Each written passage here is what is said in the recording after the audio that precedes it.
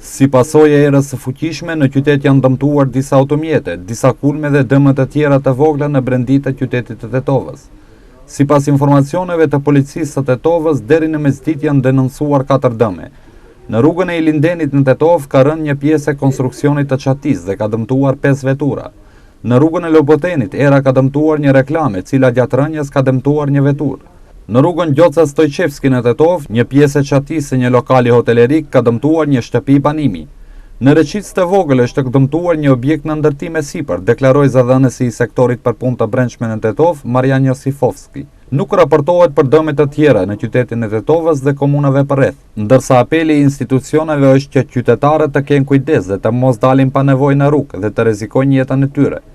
Qytetarët ende janë në aktin e vërshimeve të 3 gushtit të vitit të kaluar, kur kishte edhe viktima në njerëz. Në ndërkohë gjatë ditës situata me erën e fuqishme është normalizuar, ndërsa fat në këtë situatë është se nuk ka të lënduar dhe viktima, por vetëm dëmët e konsiderueshme materiale.